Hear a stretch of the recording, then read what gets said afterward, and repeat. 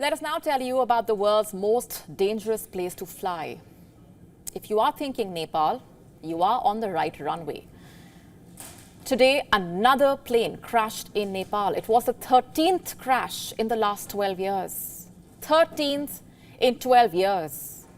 This was a Bombardier CRJ-200 jet. It belonged to Nepal's Saurya Airlines and it was headed to Pokhara. There were 19 people on board, 17 technicians who were going to Pokhara for some maintenance work, and 2 crew members. The plane took off from Kathmandu's Tribhuvan International Airport a little after 11 a.m. in the morning, but it crashed soon after and burst into flames. We have the video of the plane's final moments. Let's just play it out for you.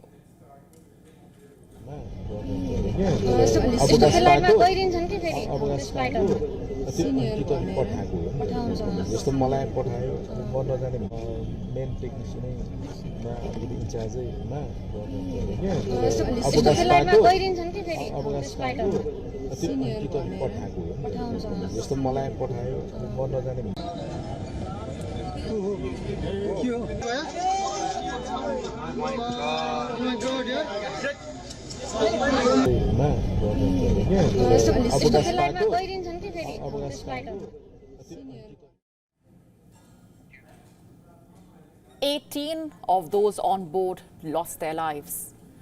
The plane's pilot is the lone survivor. He is now battling for his life. Nepal's Prime Minister KP Sharma Oli convened an emergency cabinet meeting to discuss the crash. Will the Nepalese cabinet be able to ensure that Nepal's skies become safer? To answer that, we must look at how Nepal has previously responded to plane crashes. Last year, a Yeti Airlines plane crashed in Pokhara. All 72 people on board lost their lives. A probe was ordered. The investigators found that the crash was possibly the result of pilot error. The pilots reportedly cut the power by mistake. Can you believe that? What happened after that? Did Nepal or Nepal's Civil Aviation Authority take additional measures to ensure the pilots flying Nepal's many airlines are adequately trained, or that they follow all safety protocols, basically to ensure that no more lives are lost?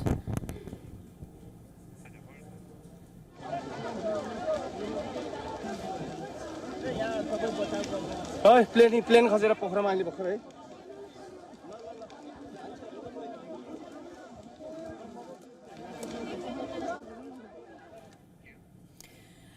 You see, pilots flying in Nepal have a history of not complying with air traffic control's instructions.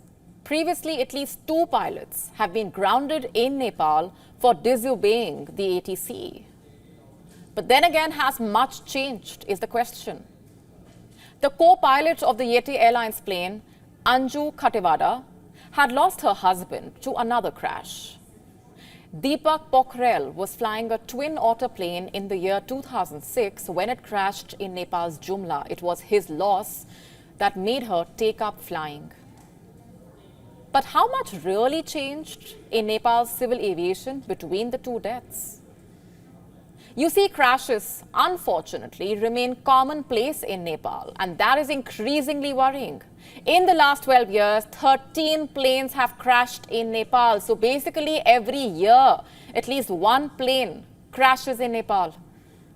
Is it just coincidence or is it negligence? Do you blame the topography of the team responsible for ensuring safety of the air passengers in Nepal? Sure, Nepal is not the easiest place to fly a plane in. This is a mountainous country we are talking about. The runways are located at high altitude. While descending and taking off, which is the most dangerous part of the flight, pilots need to maneuver through difficult terrain. The Kathmandu airport, the country's main airport, for example, where the plane crashed today, is no different. It is surrounded by mountains. Also, a lot of runways are tabletop, which basically means you overshoot it and you fall in a deep gorge. And to top that, the weather in the mountainous country is hard to predict. One moment, it's a clear sky and a good day to fly, and soon you are trapped in cloud cover. Visibility goes for a toss. In 2015, for example, a Turkish Airlines plane skidded off the slippery runway of Kathmandu airport. The plane had 238 passengers on board. It was forced to land in dense fog.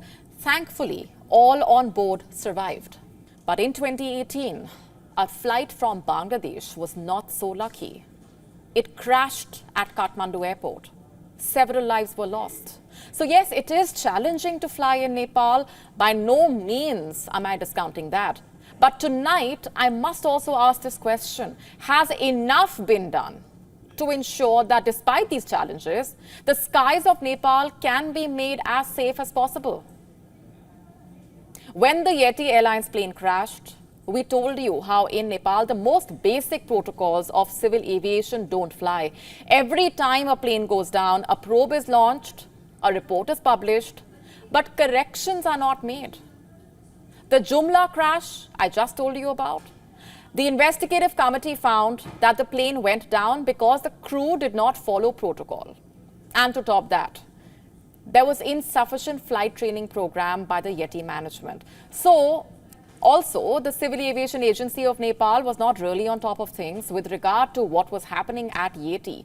In short, from the crew and the airline to the government, everyone was at fault.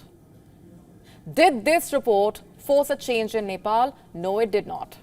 A month after the crash in Jumla, another plane crashed in Nepal, the same model, the same airline, and the same reason. This time, the probe report said, and I'm quoting here, the contributory causes to the accident were insufficiency of CRM trainings at Yeti Airlines and lack of adequate oversight of Yeti Airlines by CAAN Flight Operations Division, quote unquote. Basically, the same story on loop. As per reports, corruption is rampant across Nepal's aviation sector. The Ministry of Civil Aviation has reportedly not complied with about half the accident investigation recommendations sent its way. It's the same case with the Ministry of Culture and Tourism, allegedly. They are not abiding with the basic safety measures. Sure, there are topographical and weather-related challenges at play, but things that can be controlled, things that are under control, are not being looked after either. Flight maintenance is another example, which becomes all the more important when dealing with aging fleets. You see, newer planes are expensive. Nepal's is a struggling economy, so airlines in Nepal often go for leasing comparatively older planes. Take, for example, Nepal's Buddha Air. It has 18 planes. The average fleet age, 19.5 years. This is as per Planes Spotter. Now, according to Flight Radar 24, the Saurya Airlines plane that crashed was around 20 years old. We are being told the plane was being taken to Pokhara for some repair work. There wasn't enough hangar space at Kathmandu airport, so it was going to another town for repair work. What was wrong with the plane really? We don't know yet. Was it not in a state to fly and yet cleared for takeoff? Again, we do not know. But these are questions that need to be asked. More importantly, they need to be answered. Because you see, Nepal's civil aviation has a problem of poor infrastructure, and it has cost lives, by the way. Many airports in Nepal don't have basics like a fencing or an emergency vehicle standards. Also in Nepal, airlines tend to get away with negligence. Reports say many operators are well connected. They have friends in parliament. It is a nexus of the moneyed claiming innocent lives. So tonight, as 18 families mourn their loved ones, Nepal must ask this question. Who is the villain in this story? Who is responsible for the fact that Nepal has recorded over 43 plane crashes since 1946? Planes have fallen from the sky across Nepal, from Manma to Jomson, Pokhara, Kathmandu, Dunai. The world knows this.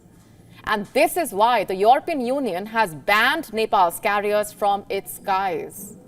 This is why people are scared to board a plane in Nepal. Many don't have an option but to fly to remote places that are not well connected by road.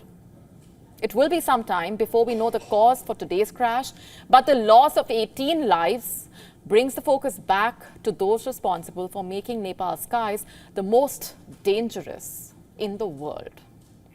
To stay up to speed with the latest news, download the WION app and subscribe to our YouTube channel.